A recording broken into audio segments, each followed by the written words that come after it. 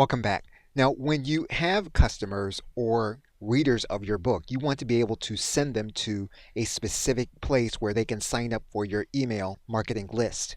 Typically, the email sending service that you're working with gives you access to a tool to create a landing page. Now, in MailChimp, you would go to this creation area.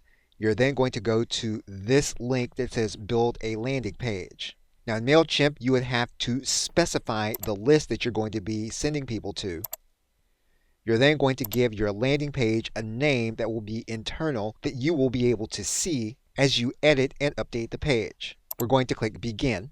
And as demonstrated before, we're going to select a specific landing page template that we're going to edit.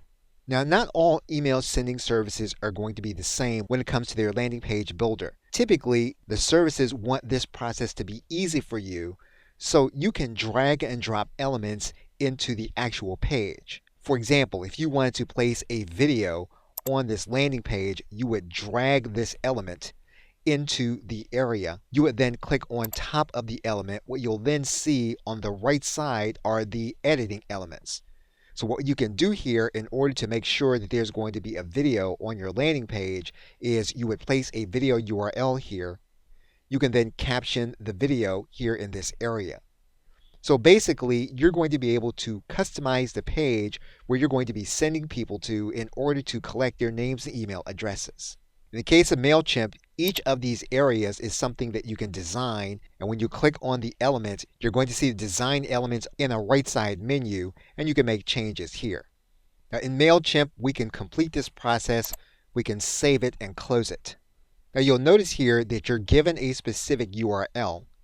You can make changes to that URL, but basically if you don't have a domain name that you're setting up with the email sending service, you'll use the domain that they are giving you in order to send to your customers. Now MailChimp is a good example of the fact that if you want to add in your own domain as a custom domain, you would have to upgrade your plan. Now we're not going to do that for the sake of this video, but this is a case where you're going to want to make sure that you understand the payment plan and what you'll need for the services that you're going to want for your email sending service. Okay, so with that, thanks, and I will see you in another video.